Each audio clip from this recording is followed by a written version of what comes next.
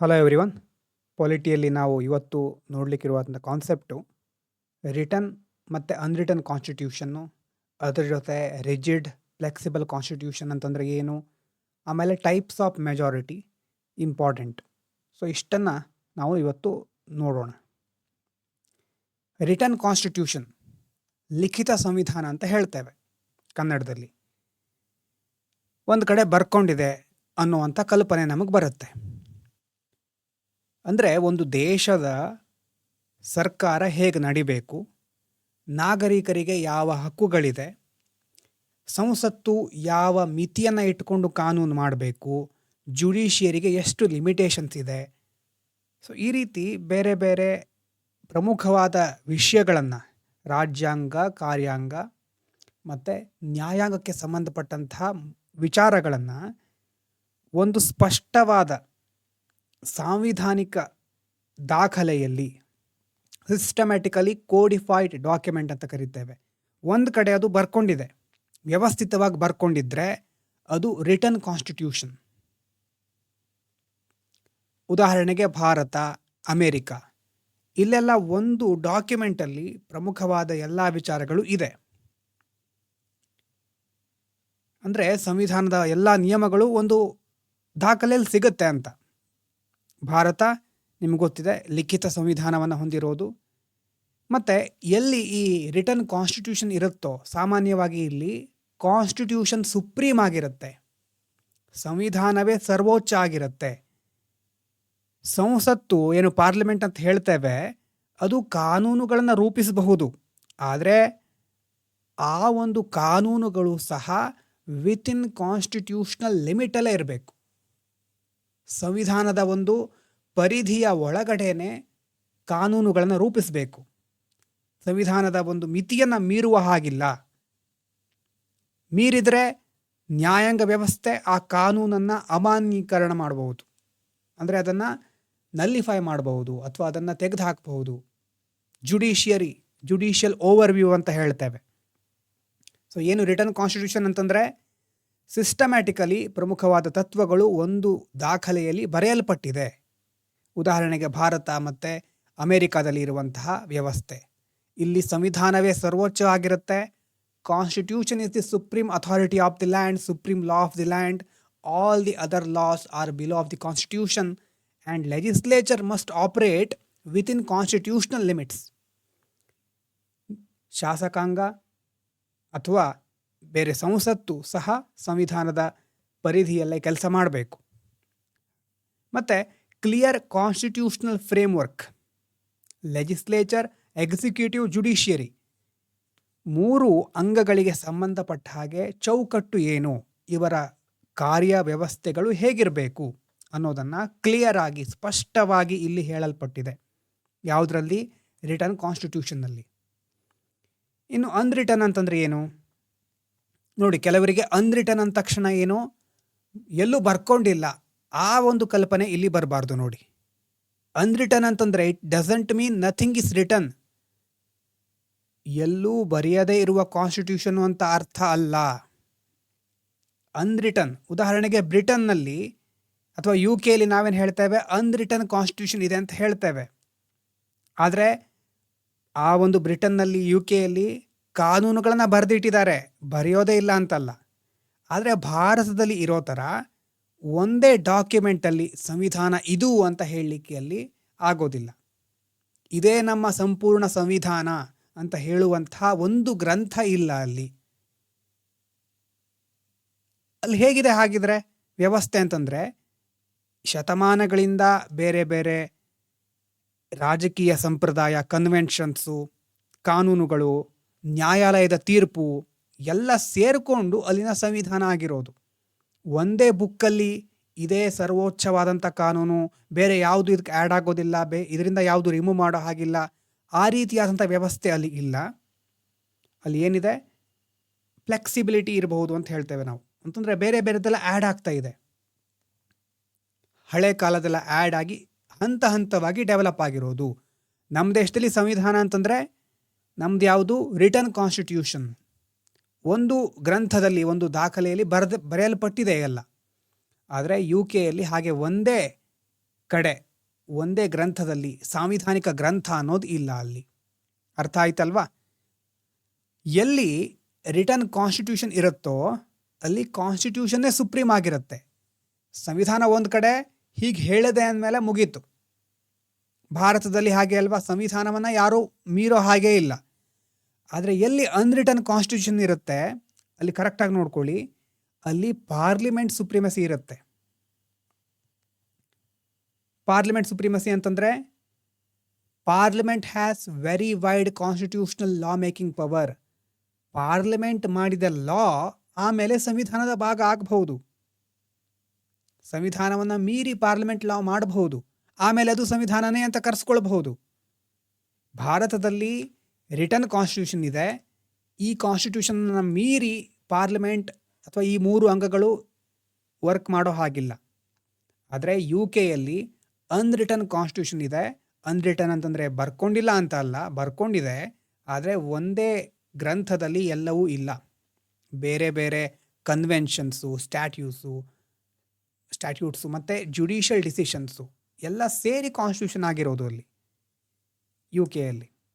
ಹಾಗಾಗಿ UK parliament ಸುಪ್ರೀಮಸಿ ಇರೋದು, ಸಂಸತ್ತಿಗೆ ಸಾರ್ವಭೌಮತ್ವ ಇರೋದು. ಸಂಸತ್ತಿಗೆ ಕಾನೂನುಗಳನ್ನು ಮಾಡೋದು, ಸಂವಿಧಾನದ ನಿಯಮಗಳನ್ನೇ ಬದಲಾಯಿಸುವಂಥ ಸಾಮರ್ಥ್ಯ ಸಹ ಇದೆ ಪಾರ್ಲಿಮೆಂಟಿಗೆ. ರಿಟರ್ನ್ ಮತ್ತು ಅನ್ರಿಟರ್ನ್ ಗೊತ್ತಾಯ್ತಲ್ವಾ? ಈಗ ಫ್ಲೆಕ್ಸಿಬಲ್ ಮತ್ತು ರಿಜಿಡ್. ಫ್ಲೆಕ್ಸಿಬಲ್ ಅಂತಂದರೆ ಕನ್ನಡದಲ್ಲಿ ನಮ್ಯ ಅಂತ ಹೇಳಬಹುದು. ಆ ಶಬ್ದವನ್ನು ಕೇಳಿದಿರೋ ಗೊತ್ತಿಲ್ಲ, ಬೇರೆ ಶಬ್ದನೂ ಇರಬಹುದು. ಫ್ಲೆಕ್ಸಿಬಲ್ ಅಂತಂದರೆ ಸಂವಿಧಾನವನ್ನು ಈಸಿಯಾಗಿ ಬದಲಾಯಿಸ್ಲಿಕ್ಕೆ ಆಗುತ್ತಾ ಇಲ್ವಾ ಅಂತ. ಸಂವಿಧಾನವನ್ನು ಈಸಿಯಾಗಿ ಬದಲಾಯಿಸ್ಲಿಕ್ಕೆ ಆಗುತ್ತೆ ಅಂತಂದರೆ ಅದು ಫ್ಲೆಕ್ಸಿಬಲ್. ಈಸಿಯಾಗಿ ಅಮೆಂಡ್ ಮಾಡಬಹುದು, ಈಸಿಯಾಗಿ ಬದಲಿಸಲಿಕ್ಕೆ ಆಗತ್ತೆ ಅಂತಂದರೆ ಏನು? ಫ್ಲೆಕ್ಸಿಬಲ್. ಈಗ ಒಂದು ದೇಶದಲ್ಲಿ, ಈಗ ನಮ್ಮ ದೇಶದಲ್ಲೇ ಬೇರೆ ಬೇರೆ ಕಾನೂನುಗಳು ಬರ್ತಾ ಇರುತ್ತೆ ಅಲ್ವಾ? ಈಗ ಸಾಮಾನ್ಯ ಕಾನೂನು ಯಾವುದೋ ಒಂದು ಬಂತು, ಆರ್ಡಿನರಿ ಲೆಜಿಸ್ಲೇಟಿವ್ ಪ್ರೊಸೆಸ್ ಮೂಲಕ ಅದನ್ನು ತಂದಿರ್ತಾರೆ. ಬಿಲ್ ಇರುತ್ತೆ, ಪಾಸ್ ಮಾಡುತ್ತಾರೆ ಪಾರ್ಲಿಮೆಂಟಲ್ಲಿ, ಆಮೇಲೆ ಅದು ರೂಲ್ಸ್ ಆಗುತ್ತೆ, ಅದನ್ನು ಅಪ್ಲೈ ಮಾಡ್ತಾರೆ, ಇಂಪ್ಲಿಮೆಂಟ್ ಮಾಡ್ತಾರೆ. ಅದಕ್ಕೆ ಸಿಂಪಲ್ ಮೆಜಾರಿಟಿ ಸಾಕು.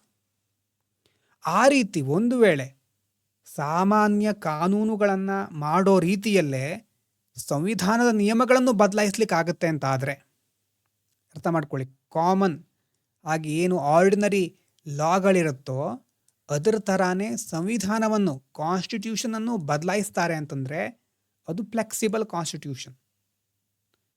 ಸಂವಿಧಾನದ ನಿಯಮಗಳನ್ನು ಬದಲಾಯಿಸಲಿಕ್ಕೆ ಯಾವುದೇ ಸ್ಪೆಷಲ್ ಪ್ರೊಸೀಜರ್ ಬೇಕಾಗೋದಿಲ್ಲ ಇಲ್ಲಿ. Just through ordinary legislative process or simple majority, one can easily amend the constitution. That means that constitution is flexible. For example, UK ಅಲ್ವಾ? ಮುಖ್ಯವಾಗಿ ಕಾನ್ಸ್ಟಿಟ್ಯೂಷನಲ್ ಚೇಂಜು, ಸಂವಿಧಾನವನ್ನು ಬದಲಾಯಿಸೋದು ಬಹಳ ಸುಲಭ ಇಲ್ಲಿ. ಫ್ಲೆಕ್ಸಿಬಲ್, ಈಸಿಯಾಗಿ ಕಾನ್ಸ್ಟಿಟ್ಯೂಷನನ್ನು ಬದಲಾಯಿಸಬಹುದು. ಈಗ ಒಂದು ಮನೆ ಇದೆ, ಆ ಮನೆಯಲ್ಲಿ ಕೆಲವೊಂದು ರೂಲ್ಸ್ ಇರುತ್ತೆ. ಆ ರೂಲ್ಸನ್ನು ಚೇಂಜ್ ಮಾಡಲಿಕ್ಕೆ ಆ ಮನೆಯಲ್ಲಿರೋ ಯಾವ ವ್ಯಕ್ತಿ ಹತ್ರನೂ ಈಸಿಯಾಗಿ ಸಾಧ್ಯ ಆಗುತ್ತೆ ಅಂತಂದರೆ ಅದು ಫ್ಲೆಕ್ಸಿಬಲ್ಲು. ಇಲ್ಲ ಎಲ್ಲರೂ ಸೇರ್ಕೊಂಡು ಡಿಸೈಡ್ ಮಾಡಿ ಆಮೇಲೆ ಬದಲಾಯಿಸಬೇಕು ನಿಯಮವನ್ನು, ಇಡೀ ಮನೆ ಅಂತಂದರೆ ಎಲ್ರಿಗೂ ಸೇರಿದ್ದೋದು. ಸೊ ಈ ರೀತಿ ಇದ್ದರೆ ಅದು ರಿಜಿಡ್. ರಿಜಿಡ್ ಅಂತಂದರೆ ಅನಮ್ಯ ಅಂತ ಕನ್ನಡದಲ್ಲಿ ಹೇಳಬಹುದು. ರಿಜಿಡ್ ಕಾನ್ಸ್ಟಿಟ್ಯೂಷನ್, ಇಲ್ಲಿ ಸಂವಿಧಾನವನ್ನು ಅಷ್ಟು ಸುಲಭವಾಗಿ ಬದಲಾಯಿಸಲಿಕ್ಕೆ ಆಗೋದಿಲ್ಲ.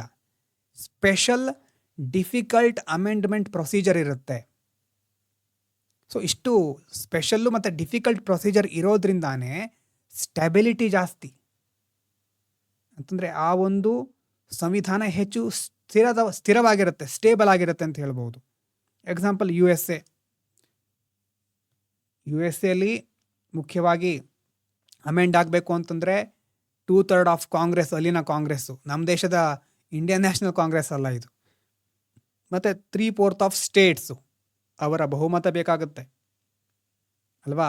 ರಿಜಿಡ್ ಕಾನ್ಸ್ಟಿಟ್ಯೂಷನ್ ಅಂತಂದರೆ ಮುಖ್ಯವಾಗಿ ಸ್ಟೆಬಿಲಿಟಿ ಇರುತ್ತೆ, ಆದರೆ ಅಲ್ಲಿ ಫ್ಲೆಕ್ಸಿಬಿಲಿಟಿ ಇರೋದಿಲ್ಲ. ಸಂವಿಧಾನವನ್ನು ಬದಲಾಯಿಸಬೇಕು ಅಂತಾದರೆ ಬಹಳ ಕಷ್ಟದ ಪ್ರೊಸೀಜರ್ಗಳನ್ನು ಫಾಲೋ ಮಾಡಬೇಕು. ತಿದ್ದುಪಡಿ ಅಡೆತಡೆ ಆಗ್ತಾ ಇದೆ, ಆ ತಿದ್ದುಪಡಿ ಸುಲಭವಾಗಿ ಮಾಡ್ಲಿಕ್ಕೆ ಆಗಲ್ಲ ಅಂತಂದರೆ ಆ ಸಂವಿಧಾನ ಸ್ಟೇಬಲ್ ಆಗಿರುತ್ತೆ ಅಂತ ಹೇಳ್ಬೋದು. ಆದರೆ ತುಂಬ ತಿದ್ದುಪಡಿ ಮಾಡ್ತಾ ಹೋದರೆ ಅದಕ್ಕೆ ಮುಖ್ಯವಾಗಿ ಒಂದು ಸ್ಥಿರತೆನೇ ಇಲ್ಲ, ಆದರೆ ಫ್ಲೆಕ್ಸಿಬಿಲಿಟಿ ಇದೆ. ಗೊತ್ತಾಗ್ತಾ ಇದೆಯಾ? ಸ್ಟಾರ್ಟಿಂಗಲ್ಲಿ ನಾವು ನೋಡಿದ್ದು ರಿಟನ್ನು ಮತ್ತು ಅನ್ರಿಟನ್ನು. ರಿಟನ್ ಅಂತಂದರೆ ಒಂದು ಸಿಸ್ಟಮ್ಯಾಟಿಕಲಿ ಕೋಡಿಫೈಡ್ ಡಾಕ್ಯುಮೆಂಟ್ ಇದೆ, ಉದಾಹರಣೆಗೆ ಭಾರತ, USA, ಅಲ್ಲಿ ಕಾನ್ಸ್ಟಿಟ್ಯೂಷನ್ನೇ ಸುಪ್ರೀಂ ಆಗಿರುತ್ತೆ. ಅನ್ರಿಟನ್ ಅಂತಂದರೆ ಒಂದು ಸ್ಪೆಸಿಫಿಕ್ ಡಾಕ್ಯುಮೆಂಟ್ ಅಂತ ಇರೋದಿಲ್ಲ, ಬೇರೆ ಬೇರೆ ಕನ್ವೆನ್ಷನ್ನು, ಸ್ಟ್ಯಾಟ್ಯೂಟ್ಸು, ಜುಡಿಷಿಯಲ್ ಡಿಸಿಷನ್ನು ಎಲ್ಲ ಸಹ ಸಂವಿಧಾನದ ಭಾಗ ಆಗಿರುತ್ತೆ. ಪಾರ್ಲಿಮೆಂಟ್ ಸುಪ್ರೀಂ ಆಗಿರುತ್ತೆ, ಪಾರ್ಲಿಮೆಂಟ್ ಹೇಳಿದ್ದೇ ಕಾನೂನು ಆಗಿಬಿಡುತ್ತೆ, ಆಮೇಲೆ ಸಂವಿಧಾನದ ಭಾಗ ಆಗಿಬಿಡುತ್ತೆ. ಇದಾದಮೇಲೆ ಫ್ಲೆಕ್ಸಿಬಲ್ಲು ಮತ್ತು ರಿಜಿಡ್ ಅಂತ ನೋಡಿದ್ವಿ. ಫ್ಲೆಕ್ಸಿಬಲ್ ಅಂತಂದರೆ ಈಸಿಯಾಗಿ ಅಮೆಂಡ್ ಮಾಡಬಹುದು, ಅಂತಂದರೆ ಸಾಮಾನ್ಯ ಕಾನೂನಿನ ರೀತಿಯಲ್ಲೇ ಸಂವಿಧಾನವನ್ನು ಬದಲಾಯಿಸಬಹುದು, ಸಂವಿಧಾನವನ್ನು ಚೇಂಜ್ ಮಾಡಬಹುದು. Constitutional change is relatively easy. Rigid ಅಂತಂದರೆ ಸಂವಿಧಾನವನ್ನು ಬದಲಾಯಿಸಬೇಕು ಅಂತಾದರೆ ಸ್ಪೆಷಲ್ ಡಿಫಿಕಲ್ಟ್ ಅಮೆಂಡ್ಮೆಂಟ್ ಪ್ರೊಸೀಜರನ್ನು ಫಾಲೋ ಮಾಡಬೇಕು. US ಇದೆ ಕಷ್ಟಕರವಾದಂಥ ಒಂದು ಪ್ರಕ್ರಿಯೆ. ರಿಜಿಡಿಟಿ ಇದೆ ಅಂತಂದರೆ ಸ್ಟೆಬಿಲಿಟಿ ಇರುತ್ತೆ, ಫ್ಲೆಕ್ಸಿಬಿಲಿಟಿ ಇರೋದಿಲ್ಲ. ಸೊ ಹಾಗಾಗಿ ಆಯಾ ದೇಶ ತನಗೆ ಬೇಕಾದ ರೀತಿ ಏನು ಮಾಡುತ್ತೆ, ಎರಡನ್ನು ಬ್ಯಾಲೆನ್ಸ್ ಮಾಡ್ಕೊತಾ ಹೋಗುತ್ತೆ ಅಥವಾ ಒಂದಕ್ಕೆ ಹೆಚ್ಚು ವಾಲುತ್ತೆ. ಅದು ಪ್ರತಿಯೊಂದು ದೇಶಕ್ಕೆ ಸಂಬಂಧಪಟ್ಟಿದ್ದು. ಹಾಗಾದರೆ ನಮ್ಮ ದೇಶದಲ್ಲಿ ಹೇಗಿದೆ, ಇಂಡಿಯನ್ ಕಾನ್ಸ್ಟಿಟ್ಯೂಷನ್ ಹೇಗಿದೆ ಅಂತಂದರೆ ಫ್ಲೆಕ್ಸಿಬಿಲಿಟಿನೂ ಇದೆ, ರಿಜಿಡಿಟಿನೂ ಇದೆ, ಎರಡನ್ನು ಸಿಂಥೆಸೈಸ್ ಮಾಡಿದ್ದಾರೆ. ಬ್ರಿಟನ್ ಥರ ಸಂಪೂರ್ಣವಾಗಿ ಏನು ಬೇಕೋ ಹಾಗೆ ಬದಲಾಯಿಸ್ಲಿಕ್ಕೂ ಆಗೋದಿಲ್ಲ. ಅಮೇರಿಕ ಥರ ಪ್ರತಿಯೊಂದು ಬದಲಾವಣೆ ಮಾಡಬೇಕು ಅಂತಾದರೂ ದೊಡ್ಡ ಪ್ರೊಸೀಜರನ್ನು ಫಾಲೋ ಮಾಡಬೇಕು ಅಂತ ಇಲ್ಲ. ಅಮೇರಿಕದಷ್ಟು ರಿಜಿಡ್ ಅಲ್ಲ, ಬ್ರಿಟನ್ನಷ್ಟು ಫ್ಲೆಕ್ಸಿಬಲ್ ಅಲ್ಲ. ಆದರೆ ಎರಡನ್ನು ಬ್ಯಾಲೆನ್ಸ್ ಮಾಡಿದ್ದೇವೆ ನಾವು, ಬ್ಯಾಲೆನ್ಸ್ಡ್ ಅಥವಾ ಸಿಂಥೆಸೈಸ್ಡ್ ಅಂತ ಹೇಳ್ಬೋದು. ಈಗ ಅಷ್ಟೇನೂ ಮಹತ್ವವಲ್ಲದ ಕೆಲವೊಂದು ವಿಚಾರಗಳಿದ್ದರೆ, ಲೆಸ್ ಸಿಗ್ನಿಫಿಕೆಂಟ್ ಮ್ಯಾಟರ್ಸ್ ಇದ್ದರೆ ಈಸಿಯಾಗಿ ಕೆಲವೊಂದು ಪ್ರೊಸೀಜರ್ ಇದೆ, ಅದರ ಮೂಲಕ ನಾವು ಕಾನ್ಸ್ಟಿಟ್ಯೂಷನನ್ನು ಅಮೆಂಡ್ ಮಾಡಬಹುದು. ಕೆಲವೊಂದು ಇಂಪಾರ್ಟೆಂಟ್ ಪ್ರೊವಿಷನ್ಸ್ ಇದೆ, ಅದಕ್ಕೆ ಸ್ಪೆಷಲ್ ಮೆಜಾರಿಟಿನೇ ಬೇಕು. ಹಾಗಾಗಿ ಯಾವ ವಿಷಯವನ್ನು ಬದಲಾಯಿಸ್ತಾ ಇದ್ದೇವೆ ಅನ್ನುವ ಆಧಾರದ ಮೇಲೆ ತಿದ್ದುಪಡಿಯ ಬೇರೆ ಬೇರೆ ವಿಧಾನಗಳಿದೆ, ಅಮೆಂಡ್ಮೆಂಟ್ ಪ್ರೊಸೀಜರ್ ಬೇರೆ ಬೇರೆ ಇದೆ. ಫೆಡ್ರಲ್ ಪ್ರೊವಿಷನ್ಸ್ ಅಂತಂದರೆ ಕೇಂದ್ರ ರಾಜ್ಯ ಸರ್ಕಾರಕ್ಕೆ ಸಂಬಂಧಪಟ್ಟಿದ್ದಾದರೆ ಸ್ಪೆಷಲ್ ಮೆಜಾರಿಟಿ. ಸ್ಟೇಟ್ಗಳ ರ್ಯಾಟಿಫಿಕೇಷನ್, ರಾಜ್ಯಗಳ ಅನುಮೋದನೆ ಸಹ ಬೇಕು. ಸೊ ಈ ರೀತಿ ನಮ್ಮ ಇಂಡಿಯನ್ ಕಾನ್ಸ್ಟಿಟ್ಯೂಷನ್ ಹೇಗೆ ರಿಜಿಡಿಟಿ ಮತ್ತು ಫ್ಲೆಕ್ಸಿಬಿಲಿಟಿ ಎರಡನ್ನು ಬ್ಯಾಲೆನ್ಸ್ ಮಾಡ್ತಾ ಇದೆ. ಸೊ ಈ ರೀತಿ ನಾವೇನು ನೋಡಿದ್ವಿ, ರಿಟನ್ನು, ಅನ್ರಿಟನ್ನು, ಅದಾದಮೇಲೆ ಫ್ಲೆಕ್ಸಿಬಲ್ಲು, ರಿಜಿಡಿಟಿ, ಭಾರತದ ಸಂವಿಧಾನ ಯಾವ ರೂಪದಲ್ಲಿದೆ, ಇದು ಬೇಸಿಕ್. ಈಗ ಮೆಜಾರಿಟಿಯಲ್ಲಿ ಯಾವ್ಯಾವ ಥರ ಟೈಪ್ಸ್ ಇದೆ ಅಂತ ಪ್ರಮುಖವಾಗಿ ತಿಳ್ಕೋಬೇಕು. ಬಹುಮತ ಅಂತ ಏನು ಹೇಳ್ತೇವೆ, ಟೈಪ್ಸ್ ಆಫ್ ಮೆಜಾರಿಟಿ. ಒಂದು ಇಲ್ಲಿ ನೀವು ಗಮನಿಸಬೇಕಾಗಿರೋದು ಟೈಪ್ 1, ಟೈಪ್ 2, ಟೈಪ್ 3 ಅಂತೆಲ್ಲ ಕೆಲವೊಂದು ಕಡೆ ಲಕ್ಷ್ಮೀಕಾಂತಲ್ಲಿ ಅಥವಾ ಕೆಲವೊಂದು ಬುಕ್ಗಳಲ್ಲಿ ಇರಬಹುದು, ಅದನ್ನು ಸಹ ನೋಡ್ಕೊಳ್ಳಿ. ನಾನಿಲ್ಲಿ ಮೆಜಾರಿಟಿ ಅರ್ಥವನ್ನು ಹೇಳ್ತೇನೆ. ಸಂವಿಧಾನದಲ್ಲಿ ಸ್ಪೆಸಿಫಿಕ್ ಆಗಿ ಇದು ಟೈಪ್ 1, ಟೈಪ್ 2 ಅಂತ ಏನು ಮೆನ್ಷನ್ ಮಾಡಿಲ್ಲ ಅಲ್ಲಿ. ಅದನ್ನು ಆಮೇಲೆ ಈಗ ನ್ಯಾಯವಾದಿಗಳಿರ್ಬಹುದು, ಕೋರ್ಟ್ ಇರ್ಬಹುದು, ಅವರು ತಮಗೆ ಬೇಕಾಗೋ ರೀತಿ ಹೆಲ್ಪ್ ಆಗಲಿ ಅಂತ ಮಾಡ್ಕೊಂಡಿರೋದು. ನೋಡೋಣ, ಸಿಂಪಲ್ ಮೆಜಾರಿಟಿ ಅಂತಂದ್ರೆ ಏನು?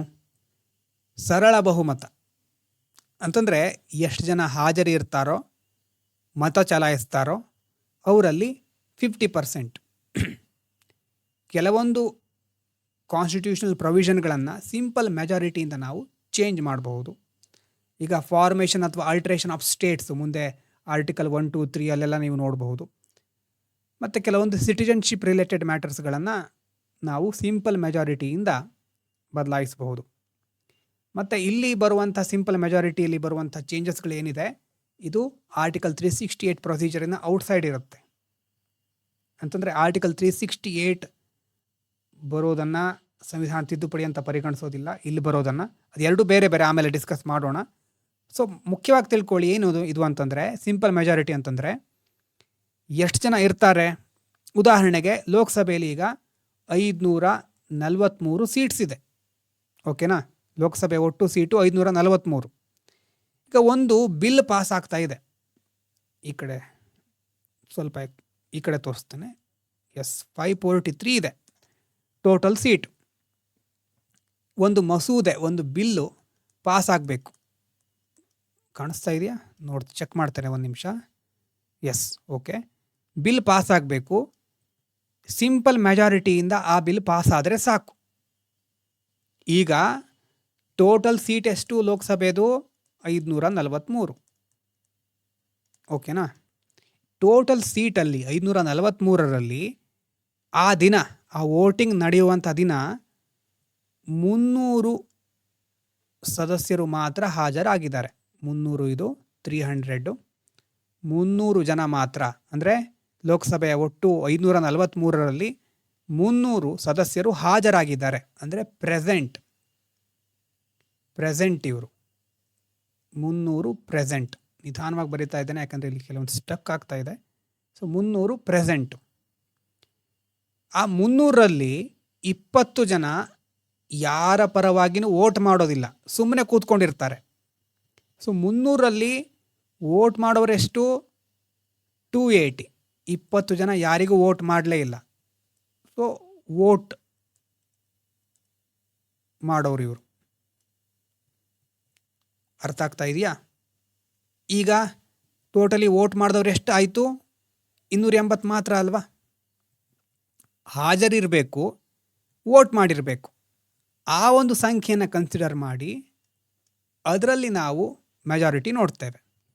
ಸಿಂಪಲ್ ಮೆಜಾರಿಟಿ ಅಂತಂದರೆ, ನಿಧಾನವಾಗಿ ಬರುತ್ತೇನೆ. ಸಿಂಪಲ್ ಮೆಜಾರಿಟಿ ಅಂತಂದರೆ ಪ್ರೆಸೆಂಟ್ ಇರಬೇಕು ಮತ್ತು ವೋಟ್ ಮಾಡಿರಬೇಕು. 280 ಇಲ್ಲಿ, ಅದನ್ನು 2ರಿಂದ ಡಿವೈಡ್ ಮಾಡಿ. 2ರಿಂದ ಡಿವೈಡ್ ಮಾಡಿದರೆ ಅರ್ಧ ಆಯಿತು. 280 14 28 ಅಲ್ವಾ? ಹಾಗಾಗಿ 140 ಏನೋ ಅದರ ಅರ್ಧ ಭಾಗ. ಅರ್ಧ ಅಂತಂದರೆ ಮೆಜಾರಿಟಿ ಆಗೋದಿಲ್ಲ. ಅರ್ಧಕ್ಕಿಂತ ಜಾಸ್ತಿ ಇದ್ದರೆ ಮಾತ್ರ ಅದು ಮೆಜಾರಿಟಿ ಅಲ್ವಾ? 140ಕ್ಕೆ 1 ಆ್ಯಡ್ ಮಾಡಿದರೆ 141. ಕರೆಕ್ಟಾಗಿ ಅರ್ಧ ಅಂತಂದರೆ ಅದು ಮೆಜಾರಿಟಿ ಆಗೋದಿಲ್ಲ. ಸಮನಾಗಿ ವಿಭಾಗ ಆಯಿತು ಅಂತ. ಮೆಜಾರಿಟಿ ಅಂತಂದರೆ ಅರ್ಧಕ್ಕಿಂತ ಜಾಸ್ತಿ ಇರಬೇಕು. 280ಯನ್ನು 2ರಿಂದ ಡಿವೈಡ್ ಮಾಡಿ 140 ಬಂತು. 1 ಆ್ಯಡ್ ಮಾಡಿದರೆ 141. ಸೊ ಅಟ್ಲೀಸ್ಟ್ 141 ಜನ ಆದರೂ ಅದಕ್ಕೆ ಸಹಮತಿ ಸೂಚಿಸಿದರೆ ಆ ಬಿಲ್ಲು ಸಿಂಪಲ್ ಮೆಜಾರಿಟಿಯಿಂದ ಪಾಸ್ ಆಗುತ್ತೆ.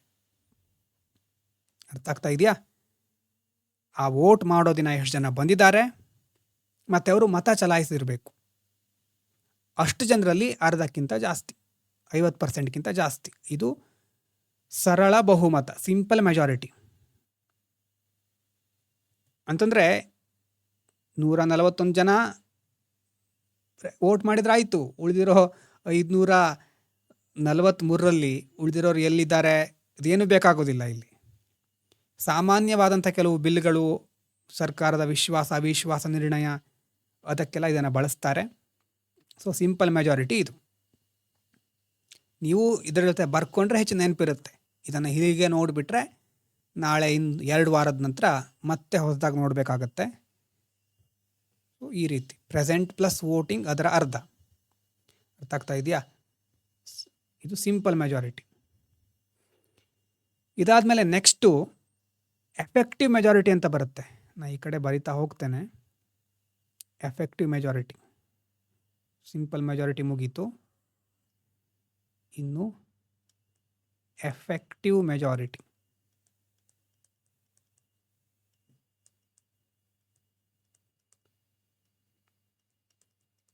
ಬರ್ಕೊಳ್ಳಿ, ಸುಮ್ಮನೆ ನೋಡ್ಕೊತಾ ಕೂತ್ಕೊಂಡ್ರೆ ಏನೂ ಆಗೋದಿಲ್ಲ. ಎಫೆಕ್ಟಿವ್ ಮೆಜಾರಿಟಿ ಅಂತಂದರೆ ಒಂದು ರೀತಿ ಹೇಗೆ ಅಂತಂದರೆ, ಈಗ ಎಫೆಕ್ಟಿವ್ ಆವತ್ತು ಹೇಗಿದೆ ಮತ್ತು ಆ್ಯಕ್ಟಿವ್ ಆಗಿರೋದು. ಈಗ ಚುನಾವಣೆ ಮುಗಿದ ಮೇಲೆ ಕೆಲವು ತಿಂಗಳುಗಳ ನಂತರ ಕೆಲವರು ರಾಜೀನಾಮೆ ನೀಡಿರಬಹುದು, ಕೆಲವರು ಮರಣ ಹೊಂದಿರಬಹುದು, ಅಥವಾ ಕೆಲವರು ಇನ್ಎಲಿಜಿಬಲ್ ಅಂತ ಪ್ರೂವ್ ಆಗಿರಬಹುದು, ಅನರ್ಹರಾಗಿರಬಹುದು. ಅವಾಗೇನಾಗುತ್ತೆ, ಖಾಲಿ ಏನು ಸೀಟ್ ಇರುತ್ತೆ ಅದನ್ನು ಕಳೀತಾರೆ. ಖಾಲಿ ಸೀಟ್ಗಳೇನಿದೆ ಅದನ್ನು ಕಳೆದು ಉಳಿಯುವಂತಹ ಎಫೆಕ್ಟಿವ್ ಎಷ್ಟಿದೆ ಅದರ ಅರ್ಧ. ಉದಾಹರಣೆಗೆ ಕೊಟ್ಟಾಗ ನಿಮ್ಗೆ ಗೊತ್ತಾಗುತ್ತೆ. ಈಗ ನಂಬರ್ ತಗೊಂಡು ಎಕ್ಸಾಂಪಲ್ ನೋಡಿ. ಲೋಕಸಭೆಯಲ್ಲಿ ಒಟ್ಟು ಎಷ್ಟು ಸೀಟ್ ಇದೆ? Total seat 543. 43 ಸೀಟು. ಇದರಲ್ಲಿ 43 ಸೀಟು ಖಾಲಿ ಇದೆ, ವೇಕೆಂಟ್ ಇದೆ. 43 ಖಾಲಿ. ಓಕೆನಾ? ಅದರಲ್ಲಿ ಯಾರೂ ಇಲ್ಲ. ಯಾಕಂತಂದರೆ ಬೇರೆ ಬೇರೆ ಕಾರಣ ಇರಬಹುದು. ಕೆಲವರು ರಾಜೀನಾಮೆ ನೀಡಿರಬಹುದು, ಕೆಲವರು ಎಕ್ಸ್ಪೈರ್ ಆಗಿರಬಹುದು, ಅಥವಾ ಕೆಲವರು ಇನ್ಎಲಿಜಿಬಲ್ ಅಂತ ಪ್ರೂವ್ ಆಗಿರಬಹುದು. ಹಾಗಾಗಿ ಈಗ ಇಲ್ಲಿ ಎಷ್ಟು ಇದ್ದಾರೆ ಅಂದರೆ ಎಷ್ಟು ಸೀಟ್ ಇದೆ ಆ್ಯಕ್ಚುಯಲ್ ಆಗಿ, ಎಫೆಕ್ಟಿವ್ ಎಷ್ಟು ಸೀಟ್ ಇದೆ ಅಂತ ನೋಡ್ತೇವೆ ಇಲ್ಲಿ. ಅದರ ಅರ್ಥ ಏನು? ಖಾಲಿ ಉಳಿದಿರುವಂತಹ ಸೀಟ್ಗಳನ್ನು ಕಳೆದು ಉಳಿದಿರೋ ಸೀಟನ್ನು ಕನ್ಸಿಡರ್ ಮಾಡೋದು. ಎಫೆಕ್ಟಿವ್ ಸ್ಟ್ರೆಂತ್ ಎಷ್ಟೀಗ? 500. ಎಫೆಕ್ಟಿವ್ ಸ್ಟ್ರೆಂತ್ ಅಂತ ಹೇಳೋದು 500. ಈ 500ರ ಮೆಜಾರಿಟಿ, 500ರ ಮೆಜಾರಿಟಿ ಅಂತಂದರೆ 500 ಡಿವೈಡೆಡ್ ಬೈ 2 ಪ್ಲಸ್ 1. ಒಂದು ಯಾಕೆ ಆ್ಯಡ್ ಮಾಡ್ತೇವೆ? ಅರ್ಧ ಇದ್ರೆ ಅದು ಮೆಜಾರಿಟಿ ಅಲ್ಲ. 500ರಲ್ಲಿ 2 ಡಿವೈಡ್ ಮಾಡಿದರೆ ಎಷ್ಟು ಬರುತ್ತೆ? 250 ಅಲ್ವಾ? 250 ಪ್ಲಸ್ 1 251. ಹಾಗಾಗಿ ಆವತ್ತಿನ ಸಂಸತ್ನಲ್ಲಿ ಎಷ್ಟು ಜನ ಹಾಜರಾಗಿದ್ದಾರೆ ಅನ್ನೋದು ಮುಖ್ಯ ಅಲ್ಲ. ನೋಡ್ಕೊಳ್ಳಿ, ಎಷ್ಟು ಜನ ಬರಲಿ ಬಿಡಲಿ ಪ್ರೆಸೆಂಟು ಅದು ಮುಖ್ಯ ಅಲ್ಲ. ಎಷ್ಟು ಸೀಟ್ ಆ್ಯಕ್ಟಿವ್ ಆಗಿದೆ ಅನ್ನೋದು ಮುಖ್ಯ. ಎಫೆಕ್ಟಿವ್ ಸ್ಟ್ರೆಂತ್ ಮುಖ್ಯ. ಎಫೆಕ್ಟಿವ್ ಸ್ಟ್ರೆಂತ್ ಅಂತಂದರೆ ವೇಕೆಂಟ್ ಇರೋದನ್ನು ಕಳೀತಾರೆ ಅಷ್ಟೇ. ವೇಕೆಂಟ್ ಅಂತಂದರೆ ಅವರು ಅಬ್ಸೆಂಟ್ ಅಂತ ಅಲ್ಲ. ಅಬ್ಸೆಂಟ್ ಬೇರೆ, ವೇಕೆಂಟ್ ಬೇರೆ. ಅಬ್ಸೆಂಟ್ ಅಂತಂದರೆ ಆವತ್ತು ಬರಲಿಲ್ಲ, ವೇಕೆಂಟ್ ಅಂತಂದರೆ ಆ ಸೀಟ್ನಲ್ಲಿ ಯಾರೂ ಇಲ್ಲ. ಅರ್ಥ ಆಗ್ತಾ ಇದೆಯಾ? ವೇಕೆಂಟ್ ಇರೋದನ್ನು ಕಳೀತಾರೆ, ಬರೆದಿರೋ ಏನು ಬರುತ್ತೆ ಅದರಲ್ಲಿ ಅದನ್ನು ಅರ್ಧ ಮಾಡಿ ಒಂದು ಆ್ಯಡ್ ಮಾಡಿದರೆ ಅದು ಎಫೆಕ್ಟಿವ್ ಮೆಜಾರಿಟಿ ಅಂತ ಹೇಳ್ತೇವೆ. 251 ಇದ್ದರೆ ಮಾತ್ರ, ಅಷ್ಟು ವೋಟ್ ಇದ್ದರೆ ಮಾತ್ರ ಈ ಒಂದು ಎಕ್ಸಾಂಪಲಲ್ಲಿ ಆ ಒಂದು ಬಿಲ್ಲು ಅಥವಾ ಆ ಒಂದು ಪ್ರೊಸೆಸ್ಸು ಮುಂದೆ ಹೋಗುತ್ತೆ. ಈಗ ರಾಜ್ಯಸಭೆ ಉಪರಾಷ್ಟ್ರಪತಿಗಳು, ಸಭಾಪತಿ ಅವರು ಮತ್ತು ಲೋಕಸಭೆ ಡೆಪ್ಯೂಟಿ ಸ್ಪೀಕರು ಅವ್ರನ್ನೆಲ್ಲ ಪದಚ್ಯುತಗೊಳಿಸಬೇಕಾದ್ರೆ ಇದನ್ನು ಕನ್ಸಿಡರ್ ಮಾಡ್ತಾರೆ. ಮತ್ತು ಇಂಡಿಯನ್ ಕಾನ್ಸ್ಟಿಟ್ಯೂಷನಲ್ಲಿ ಈ ಶಬ್ದ ಇಲ್ಲ, ಎಫೆಕ್ಟಿವ್ ಮೆಜಾರಿಟಿ ಅನ್ನುವಂಥ ಶಬ್ದವನ್ನು ಮೆನ್ಷನ್ ಮಾಡಿಲ್ಲ. ಅದರ ಬದಲು ಆಲ್ ದಿ ದೆನ್ ಮೆಂಬರ್ಸ್ ಅಂತ ಹೇಳ್ತಾರೆ. ಇದಕ್ಕೆ ಶಬ್ದ ಏನು ಪ್ರಮುಖವಾಗಿರೋದು? All the then members. All the then members. ಆ ಎಫೆಕ್ಟಿವ್ ಮೆಜಾರಿಟಿ ಅನ್ನುವಂಥ ಶಬ್ದವನ್ನು ಎಕ್ಸ್ಪ್ಲಿಸಿಟ್ಲಿ ಬರ್ಕೊಂಡು ಇಲ್ಲ ಅಲ್ಲಿ ಸಂವಿಧಾನದಲ್ಲಿ. ಅಂತಂದರೆ ಅದರ ಬದಲು ಆಲ್ ದಿ ದೆನ್ ಮೆಂಬರ್ಸ್ ಅನ್ನುವಂಥ ಶಬ್ದವನ್ನು ಕಾನ್ಸ್ಟಿಟ್ಯೂಷನಲ್ಲಿ ಯೂಸ್ ಮಾಡ್ತಾರೆ. ಸೊ ಇದು ಯಾವುದು? Effective majority. ಸಿಂಪಲ್ ಅಂತಂದರೆ ಪ್ರೆಸೆಂಟು, ವೋಟಿಂಗು ಅದರ ಹಾಫ್ ಪ್ಲಸ್ 1. ಎಫೆಕ್ಟಿವ್ ಅಂತಂದರೆ ಟೋಟಲಲ್ಲಿ ವೇಕೆಂಟ್ ಇರೋದನ್ನು ಮೈನಸ್ ಮಾಡೋದು, ಆಮೇಲೆ ಹಾಫ್ ಪ್ಲಸ್ 1. ನೆಕ್ಸ್ಟ್ ಬರೋದು ಅಬ್ಸಲ್ಯೂಟ್ ಮೆಜಾರಿಟಿ. ಅಬ್ಸಲ್ಯೂಟ್ ಮೆಜಾರಿಟಿ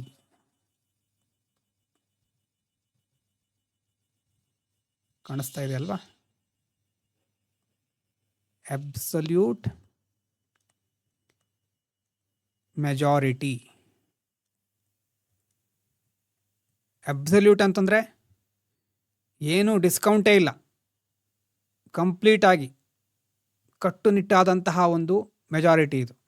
ಯಾರು ಬಂದಿದ್ದಾರೆ, ಯಾರು ಬರಲಿಲ್ಲ, ಎಷ್ಟು ಸೀಟ್ ಖಾಲಿ ಇದೆ, ಯಾವುದೇ ಒಂದು ಲೆಕ್ಕಾಚಾರ ಬೇಕಾಗೇನೇ ಇಲ್ಲ ಇಲ್ಲಿ. ಸೊ ಒಟ್ಟು ಎಷ್ಟು ಸೀಟ್ ಇದೆ ಅದರ ಅರ್ಧ ಪ್ಲಸ್ 1 ಅಂದರೆ ಏನು? ಒಟ್ಟು ಸೀಟ್ ಎಷ್ಟಿದೆ? ಒಟ್ಟು ಸೀಟ್ ಇರೋದು 543 ಅಲ್ವಾ? 543ಯಲ್ಲಿ ಮಾಯ ಆಗ್ತಾ ಇದೆ ಇದು, ನೋಡೋಣ. ಮತ್ತು ಬಂತು ಅಲ್ವಾ? ಕಾಣಿಸ್ತಾ ಇದೆ ಈಗ. ಸೊ 543ಯಲ್ಲಿ ಅದನ್ನು 2ರಿಂದ ಡಿವೈಡ್ ಮಾಡಿ ಎಷ್ಟು ಬರುತ್ತೆ ಆವಾಗ? 2 2 4, 2 7 14 ಅಲ್ವಾ? 2 6 12, ಆಮೇಲೆ ಬರೋದು 270.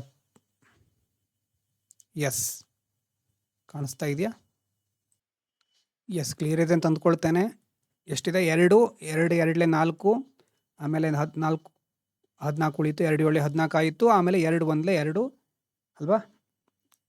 ಆಮೇಲೆ ಉಳಿಯುತ್ತೆ, ಮತ್ತು ತಗೊಂಡು 0.5 ಸಹ ಮಾಡಬಹುದು. ಸೊ ಅಂದರೆ 271.5 ಮೆಜಾರಿಟಿ ಅಂತಂದ್ರೇನು?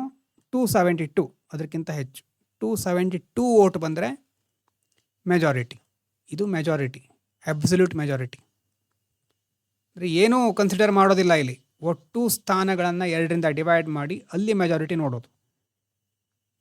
ಈಗ ದೇಶದಲ್ಲಿ ಏನೋ ದೊಡ್ಡ ಬಿರುಗಾಳಿ ಬರುತ್ತೆ, ಸಂಸತ್ತಿಗೆ ಕೇವಲ 350 ಸದಸ್ಯರು ಮಾತ್ರ ಬಂದಿದ್ದಾರೆ, ಸರ್ಕಾರ ಉಳಿಬೇಕು ಅಂತಾದರೆ ಆಗ ಮುಖ್ಯವಾಗಿ ಈ 272 ಜನರ ಸಹಿ ಇರಲೇಬೇಕು. ಯಾರೋ ಬರಲಿಲ್ಲ ಅಂತ ನೆಪ ಹೇಳಲಿಕ್ಕಾಗಲ್ಲ ಇಲ್ಲಿ. ಮತ್ತು ಸಾಮಾನ್ಯವಾಗಿ ಕಾಮನ್ ಬಿಲ್ಸ್ಗಳನ್ನು, ಆರ್ಡಿನರಿ ಬಿಲ್ಸ್ಗಳನ್ನು ಪಾಸ್ ಮಾಡಲಿಕ್ಕೆ ಇದನ್ನು ಬಳಸೋದಿಲ್ಲ. ಆದರೆ ಈ ಚುನಾವಣೆ ಮುಗಿದ ಮೇಲೆ ಹೊಸ ಸರ್ಕಾರ ರಚನೆ ಮಾಡಬೇಕಾದ್ರೆ ಈ 272 ಇದನ್ನು ನಂಬರನ್ನು ಕ್ರಾಸ್ ಮಾಡಬೇಕಾಗತ್ತೆ. ಇದು ಅಬ್ಸಲ್ಯೂಟ್ ಮೆಜಾರಿಟಿ. ಏನೇನು ನೋಡಿದರೆ ಹೇಳಿ? ಸ್ಟಾರ್ಟಿಂಗಲ್ಲಿ ಸಿಂಪಲ್ಲು, ಪ್ರೆಸೆಂಟ್ ಆ್ಯಂಡ್ ವೋಟಿಂಗು. ಆಮೇಲೆ ಎಫೆಕ್ಟಿವ್ ಅಂತಂದರೆ ಟೋಟಲ್ ಸೀಟನ್ನು ಡಿವೈಡ್ ಮಾಡೋದು 2ರಿಂದ, ಆಮೇಲೆ 1. ಅಬ್ಸಲ್ಯೂಟ್ ಅಂತಂದರೆ ಟೋಟಲ್ ಸೀಟ್ ಅಂತಂದ್ರೆ ಇಲ್ಲಿ ವೇಕೆಂಟ್ ಇರೋದನ್ನು ಮೈನಸ್ ಮಾಡ್ಕೋಬೇಕು. ಹೌದು, ಅದು ಇಂಪಾರ್ಟೆಂಟು. ಅಬ್ಸಲ್ಯೂಟ್ ಅಂತಂದರೆ ಟೋಟಲ್ ಸೀಟು ಡಿವೈಡ್ ಬೈ 2. ಇನ್ನು ಸ್ಪೆಷಲ್ ಮೆಜಾರಿಟಿಯಲ್ಲಿ 3 ಥರ ಇದೆ. ಸ್ಪೆಷಲ್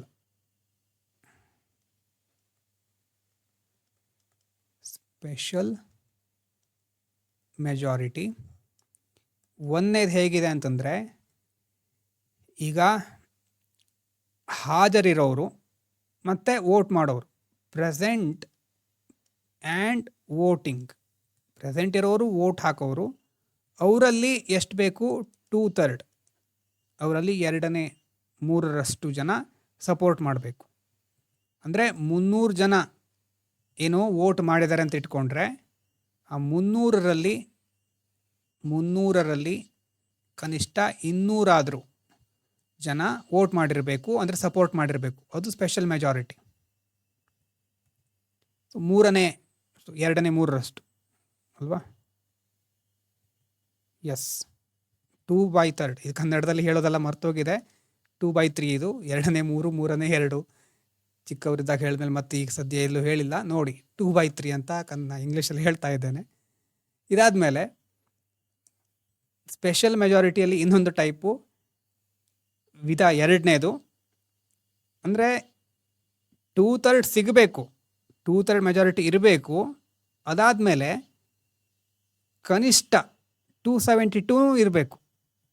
ಪ್ರೆಸೆಂಟ್ ಆ್ಯಂಡ್ ವೋಟಿಂಗು 2ನೇದು ನೋಡಿ, ಪ್ರೆಸೆಂಟು ಪ್ಲಸ್ ವೋಟಿಂಗು, ಅದರಲ್ಲಿ 2/3 ಇರಬೇಕು. ಅದರ ಜೊತೆ ಮೇಲ್ಗಡೆ ಹೇಳಿದ್ದೀವಲ್ವಾ ಅಬ್ಸಲ್ಯೂಟ್ ಮೆಜಾರಿಟಿ, ಅದು ಬೇಕು. ಅದು ಇದು ಇರೋದು ಮುಖ್ಯವಾಗಿ ಸ್ಪೆಷಲ್ ಮೆಜಾರಿಟಿ 272 ಅಂದರೆ ಅಬ್ಸಲ್ಯೂಟು ಇರಬೇಕು. ಪ್ರೆಸೆಂಟ್ ಆ್ಯಂಡ್ ವೋಟಿಂಗಲ್ಲಿ 2/3 ಇರಬೇಕು, ಅಷ್ಟು ಸಪೋರ್ಟ್ ಇರಬೇಕು. ಮತ್ತು ಅದಾದಮೇಲೆ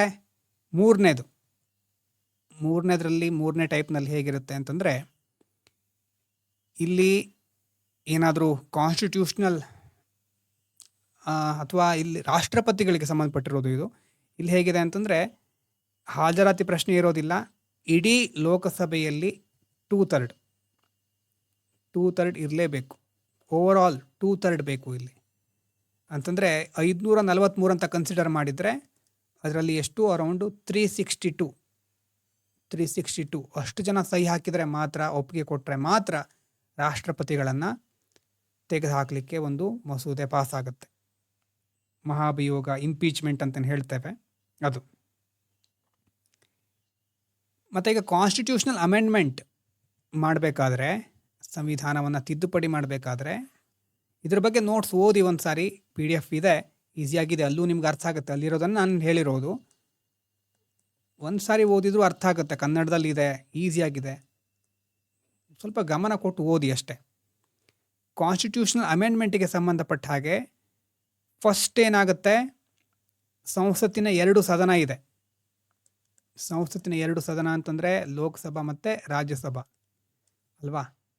ಇಲ್ಲಿ ಮುಖ್ಯವಾಗಿ ಸ್ಪೆಷಲ್ ಮೆಜಾರಿಟಿ ಅಂತಂದರೆ 2/3 ಅಥವಾ ಮೂರನೇ 2/3 ಅಂತ ಹೇಳ್ತೇನೆ, 2/3 ಅಷ್ಟು ಮುಖ್ಯವಾಗಿ ಒಪ್ಪಬೇಕು. ಆಮೇಲೆ 50% ಅಬ್ಸಲ್ಯೂಟ್ ಮೆಜಾರಿಟಿ ಇದೆಯಲ್ವಾ, ಆ ಸದನದ ಒಟ್ಟು ಸದಸ್ಯರ ಸಂಖ್ಯೆ 50ಕ್ಕಿಂತ ಹೆಚ್ಚಿರಬೇಕು. ಸದನದ ಒಟ್ಟು ಸದಸ್ಯರ ಸಂಖ್ಯೆ 50% ಹೆಚ್ಚಿರಬೇಕು. ಮತ್ತು ಜಂಟಿ ಅಧಿವೇಶನಕ್ಕೆ ಅವಕಾಶ ಇರೋದಿಲ್ಲ. ಎರಡನ್ನೂ ಕರೆದು ಒಟ್ಟಿಗೆ ಸೇರಿಸಿ ನಂಬರ್ ಪಾಸ್ ಮಾಡಿಬಿಡೋಣ ಅಂತಂದರೆ ಆಗೋದಿಲ್ಲ. ಎರಡು ಸದನ ಪ್ರತ್ಯೇಕವಾಗಿ ಇದನ್ನು ಒಪ್ಕೋಬೇಕು. ಯಾವಾಗ ಇದು ಸಂಸತ್ನಲ್ಲಿ ಪಾಸ್ ಆಗುತ್ತೋ ಈ ಕಾನ್ಸ್ಟಿಟ್ಯೂಷನಲ್ ಅಮೆಂಡ್ಮೆಂಟ್ ಬಿಲ್ಲು, ಅದಾದಮೇಲೆ ಅದನ್ನು ರಾಜ್ಯಗಳಿಗೆ ಕಳಿಸ್ತಾರೆ, ರಾಜ್ಯಗಳ ವಿಧಾನಸಭೆಗಳಿಗೆ ಕಳಿಸ್ತಾರೆ. ಆ ರಾಜ್ಯಗಳಲ್ಲಿ ಕನಿಷ್ಠ ಅರ್ಧದಷ್ಟು ರಾಜ್ಯಗಳು ಇದನ್ನು ಒಪ್ಪಿ ಪಾಸ್ ಮಾಡಬೇಕು. ಅಂದರೆ 28 ರಾಜ್ಯ ಇದೆ ಅಂತಂದರೆ ಕನಿಷ್ಠ 14 ಅಟ್ಲೀಸ್ಟ್ 50% ರಾಜ್ಯಗಳಾದರೂ ಇದನ್ನು ಅನುಮೋದಿಸಬೇಕು. ಮತ್ತು ಕೇಂದ್ರದಲ್ಲಿ ಏನು ಮಸೂದೆಗೆ ಸ್ಪೆಷಲ್ ಮೆಜಾರಿಟಿ ಬೇಕು, ಆದರೆ ರಾಜ್ಯಗಳಿಗೆ ಹೋದ್ಮೇಲೆ ಅಲ್ಲಿ ಸಿಂಪಲ್ ಮೆಜಾರಿಟಿಯಿಂದ ಪಾಸ್ ಆದರೆ ಸಾಕು. ಅಂದರೆ ಆಯಾ ರಾಜ್ಯದ ವಿಧಾನಸಭೆಯಲ್ಲಿ ಎಷ್ಟು ಜನ ಪ್ರೆಸೆಂಟ್ ಇರ್ತಾರೆ, ವೋಟ್ ಮಾಡ್ತಾರೆ, ಅಷ್ಟರಲ್ಲಿ 50%ಗಿಂತ ಜಾಸ್ತಿ ಹೌದು ಅಂತ ಹೇಳಿದರೆ ಒಪ್ಪಿಗೆ ಸಿಕ್ಕದ ಹಾಗೆ. ಮತ್ತು ರಾಜ್ಯಗಳಿಗೆ ಸಂಬಂಧಪಟ್ಟ ಹಾಗೆ ಇಂತಿಷ್ಟೇ ದಿನದ ಒಳಗಡೆ ಮಸೂದೆ ಅನುಮೋದಿಸಬೇಕು ಅಂತ ಯಾವುದೇ ಟೈಮ್ ಲಿಮಿಟ್ ಇರೋದಿಲ್ಲ. ಅದೆಲ್ಲ ಆದಮೇಲೆ ರಾಜ್ಯಗಳಿಗೆ ಹೋಗಿ ಬಂದಮೇಲೆ ರಾಷ್ಟ್ರಪತಿಗಳ ಹತ್ರ ಬರುತ್ತೆ. ಅಲ್ಲಿ ಬಂದು ಈಗ 24th ಅಮೆಂಡ್ಮೆಂಟ್ ಅಂತ ಇದೆ, ಅದರ ಪ್ರಕಾರ 24th ಇದು, ಅದರ ಪ್ರಕಾರ ಪಾಸಾಗಿ ಬರುತ್ತಲ್ವ ರಾಜ್ಯಗಳಿಂದ, ಅದಕ್ಕೆ ರಾಷ್ಟ್ರಪತಿಗಳು ಸಹಿ ಹಾಕಲೇಬೇಕು. ಮಸೂದೆನ ತಡೆ ಹಿಡಿಯೋ ಹಾಗಿಲ್ಲ, ಮರುಪರಿಶೀಲನೆಗೆ ಅಂತಂದರೆ ವಾಪಸ್ ಕಳಿಸೋ ಹಾಗಿಲ್ಲ. ಅದು ಅಮೆಂಡ್ಮೆಂಟ್ ಮೂಲಕ ಮಾಡಿದ್ದಾರೆ. ರಾಷ್ಟ್ರಪತಿಗಳು ಸಹಿ ಹಾಕಿದ ಮೇಲೆ ಅದು ಅಧಿಕೃತವಾಗಿ ಕಾನೂನಾಗಿ ಜಾರಿಗೆ ಬರುತ್ತೆ. ಇದನ್ನು ಮುಖ್ಯವಾಗಿ ಮತ್ತೆ ಮುಂದೆ ಸಹ ನಾವು ನೋಡ್ತೇವೆ. ಆದರೂ ಮೆಜಾರಿಟಿ ಬಗ್ಗೆ ಈಗ ಗೊತ್ತಿರಲಿ. ಒಂದು ಸಾರಿ ನೋಟ್ಸ್ ನೋಡಿ ಕರೆಕ್ಟಾಗಿ, ರಾಷ್ಟ್ರಪತಿಗಳ ಮತ್ತು ಸುಪ್ರೀಂ ಕೋರ್ಟ್ ನ್ಯಾಯಾಧೀಶರ ವಜಾದ ಬಗ್ಗೆ ಏನು ಡಿಫ್ರೆನ್ಸ್ ಇದೆ, ಯಾವ್ಯಾವ ಕಂಡೀಷನ್ ಇರಬೇಕು ಅಂತ ಒಂದು ಎಕ್ಸ್ಟ್ರಾ ಪಾಯಿಂಟು ನೋಟ್ಸಲ್ಲಿ ಕೊಟ್ಟಿದ್ದೇನೆ. ನಾನು ಈಗ ಅದನ್ನು ಎಕ್ಸ್ಪ್ಲೇನ್ ಮಾಡಲಿಕ್ಕೆ ಹೋಗೋದಿಲ್ಲ, ಮುಂದೆ ಸಪ್ರೇಟಾಗಿ ನಾವು ನೋಡ್ತೇವೆ. ಈಗ ಮೆಜಾರಿಟಿ ಯಾವುದು ಅಂತ ನೆನಪಿರಲಿ. ಮೆಜಾರಿಟಿ ನೋಟ್ಸ್ ದಯವಿಟ್ಟು ಓದಿ, ಕನ್ನಡದಲ್ಲಿದೆ, ಈಸಿಯಾಗಿದೆ. Special majority, total membership, present and voting ಎರಡೂ ಬೇಕು. ಅದರ ಜೊತೆ ಕಾನ್ಸ್ಟಿಟ್ಯೂಷನ್ ಅಮೆಂಡ್ಮೆಂಟಿಗೆ ಸ್ಟೇಟ್ ರ್ಯಾಟಿಫಿಕೇಷನ್ ಬೇಕು. ಈ ಟೈಪ್ಸ್ಗಳ ಬಗ್ಗೆ ಹೀಗೆ ಕನ್ಫ್ಯೂಷನ್ ಮಾಡ್ಕೊಳ್ಳಿಕ್ಕೆ ಹೋಗಬೇಡಿ. ಮೊದಲು ಸಿಂಪಲ್ಲು, ಅಬ್ಸಲ್ಯೂಟು, ಎಫೆಕ್ಟಿವು ಇಷ್ಟು ಗೊತ್ತಿರಲಿ, ಅರ್ಥ ಗೊತ್ತಿರಲಿ. ಆಮೇಲೆ ಸ್ಪೆಷಲಲ್ಲಿ ಈ ಥರ ಟೈಪ್ಸ್ ಇದೆ. ಇವತ್ತೇ ಎಲ್ಲ ಬೈಹರ್ಟ್ ಮಾಡೋದು ಅಥವಾ ಒಂದು ವಾರ ಪೂರ್ತಿ ಇದನ್ನೇ ಕೂತ್ಕೊಂಡು ಓದ್ತಾ ಇರೋದು ಮಾಡಬೇಡಿ.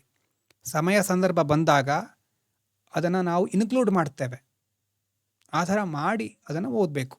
ಈ ಥರ ಬೈಹರ್ಟ್ ಮಾಡೋದಲ್ಲ. ಪ್ರತಿ ಕಾನ್ಸೆಪ್ಟ್ ಬಂದಾಗ ಅಲ್ಲಿ ಯಾವ ಮೆಜಾರಿಟಿ ಬೇಕು, ಅದಕ್ಕೆ ಏನು ಕಂಡೀಷನ್ಗಳಿದೆ, ಆ ಥರ ನೋಡ್ತಾ ಹೋದರೆ ಆ ಕಾನ್ಸೆಪ್ಟು ನೆನಪಿರುತ್ತೆ, ಮೆಜಾರಿಟಿನೂ ಲಿಂಕ್ ಆಗುತ್ತೆ. ಈ ಥರ ಮೊದಲೇ ಬೈಹರ್ಟ್ ಮಾಡ್ಕೋತಾ ಕೂತ್ಕೊಂಡ್ರೆ ಅಲ್ಲಿ ಮೇನ್ಸಲ್ಲಾಗಿರ್ಬೋದು, ಪ್ರಿಲಿಮ್ಸಲ್ಲಾಗಿರ್ಬೋದು ಬೇರೆ ಸ್ಟೇಟ್ಮೆಂಟ್ ಬಂದುಬಿಡುತ್ತೆ ಸಡನ್ನಾಗಿ. ಈ ಒಂದು ಬಿಲ್ ಪಾಸ್ ಮಾಡಿದ್ರು, ಇಲ್ಲಿ ಆ ಮೆಜಾರಿಟಿ ಬೇಕಾಗಿತ್ತು ಅಂತ ಹೇಳಿದಾಗ ನಿಮಗೆ ಕನ್ಫ್ಯೂಸ್ ಆಗುತ್ತೆ. ಸೊ ಈಗ ಜಸ್ಟ್ ನೋಡಿಟ್ಕೊಳ್ಳಿ, ನೋಟ್ಸನ್ನು ಓದಿ, ಮತ್ತು ಅರ್ಥ ಆಗಿದ್ರೆ ಒಳ್ಳೆಯದು ಅಷ್ಟೇ. ಈಗ ಸದ್ಯಕ್ಕೆ ನೆನಪಿಟ್ಕೊಳ್ಳೋದು ಯಾವಾಗ ಅಂತಂದರೆ, ಪ್ರತಿಯೊಂದು ಮುಂದೆ ನಾವು ಆರ್ಟಿಕಲ್ಗಳನ್ನು ನೋಡ್ತೀವಲ್ವ, ರಾಷ್ಟ್ರಪತಿಗಳಿಗೆ ಸಂಬಂಧಪಟ್ಟಿರೋದು ಅಥವಾ chief justice of India, high court justice ಅವರನ್ನು ಯಾವ ರೀತಿ ವಜಾ ಮಾಡ್ತಾರೆ ಆವಾಗ, ಮತ್ತು ಫೆಡರಲ್ ಸ್ಟ್ರಕ್ಚರಿಗೆ ಸಂಬಂಧಪಟ್ಟ ಹಾಗೆ ಯಾವ ಮೆಜಾರಿಟಿ ಬೇಕು, ಕಾನ್ಸ್ಟಿಟ್ಯೂಷನ್ ಅಮೆಂಡ್ಮೆಂಟಿಗೆ ಯಾವ ಮೆಜಾರಿಟಿ ಬೇಕು, ರೀಸೆಂಟಾಗಿ ಯಾವುದಾದ್ರೂ ನ್ಯೂಸ್ನಲ್ಲಿರುವಂತಹ ಬಿಲ್ ಹೇಗೆ ಪಾಸ್ ಆಯಿತು, ಸೊ ಅಲ್ಲಿ ಅದನ್ನು ಲಿಂಕ್ ಮಾಡಿ ಓದಬೇಕು. ಈಗ ಯಾಕೆ ಮೊದಲು ಹೇಳಿದ್ದೇನೆ ಅಂತಂದರೆ, ಮುಂದೆ ಸಡನ್ನಾಗಿ ನಿಮಗೆ ಇದೇನು ಅಂತ ಕನ್ಫ್ಯೂಸ್ ಆಗಬಾರ್ದು. ಈಗ ಓದಿದರೆ ಅಲ್ಲಿ ಲಿಂಕ್ ಆಗುತ್ತೆ. ಓಕೆನಾ? ಸೊ ಮೊದಲೇ ಯಾವುದನ್ನು ಬೈಹರ್ಟ್ ಮಾಡ್ತಾ ಇರಬೇಡಿ, ಲಿಂಕ್ ಮಾಡ್ಕೊಳ್ತಾ ಹೋಗಬೇಕು ಮುಂದೆ. Yes, constitution amendment process, state ratification, ಅರ್ಧದಷ್ಟು ರಾಜ್ಯಗಳು ಒಪ್ಕೋಬೇಕು. ಪಾರ್ಲಿಮೆಂಟಲ್ಲಿ ಸ್ಪೆಷಲ್ ಮೆಜಾರಿಟಿ ಇದ್ದರೂ ಸ್ಟೇಟಲ್ಲಿ ಸಿಂಪಲ್ ಮೆಜಾರಿಟಿ ಸಾಕು, ಟೈಮ್ ಲಿಮಿಟ್ ಇರೋದಿಲ್ಲ. ಪ್ರೆಸಿಡೆಂಟಿಗೆ ಸ್ಟೇಟ್ ನೋಡಿ, ಪ್ರೆಸಿಡೆಂಟು ಏನು ಮಾಡಲೇಬೇಕು, ಮಸ್ಟ್ ಗಿವ್ ಅಸೆಂಟ್. ಸ್ಟೇಟಿಗೆ ಹೋಗಿ ಬಂದ ಮೇಲೆ ಅಸೆಂಟ್, ಅದಕ್ಕೆ ಒಪ್ಪಿಗೆ ಕೊಡಲೇಬೇಕು. ಎಸ್, ಇಷ್ಟು ಸದ್ಯಕ್ಕೆ ಇರಲಿ ಮಾಹಿತಿ. ನಾವಿನ್ನು ಪಾಲಿಟಿಯಲ್ಲಿ ಬೇಸಿಕ್ ಕಾನ್ಸೆಪ್ಟ್ಗಳನ್ನು ಮಾತ್ರ ನೋಡ್ತಾ ಇದ್ದೇವೆ, ನಿಮ್ಗದು ಗೊತ್ತಿದೆ ಅಲ್ವಾ. ಇದೆಲ್ಲ ಬೇರೆ ಕಡೆ ಎಷ್ಟು ಡೀಟೇಲಾಗಿ ಹೇಳೋದಿಲ್ಲ, ಆದರೆ ಇದು ಆ್ಯಕ್ಚುಲಿ ಪ್ರಿಲಿಮ್ಸಲ್ಲಿ ಮೇನ್ಸಲ್ಲಿ ಬರುವಂಥ ಕ್ವಶನ್ಸು. ಎಷ್ಟೋ ಕಡೆ ಇದನ್ನು ಸ್ಕಿಪ್ ಮಾಡ್ತಾರೆ, ಆದರೆ ತಿಳ್ಕೊಳ್ದೆ ಮುಂದೆ ಹೋಗ್ಲಿಕ್ಕೆ ಆಗೋದಿಲ್ಲ. ಓಕೆನಾ? ವಿಡಿಯೋ ಇಲ್ಲಿ ತನಕ ಕಂಪ್ಲೀಟ್ ಮಾಡಿದರೆ ಡನ್ ಅಂತ ಕಮೆಂಟ್ ಮಾಡಿ. Thank you so much.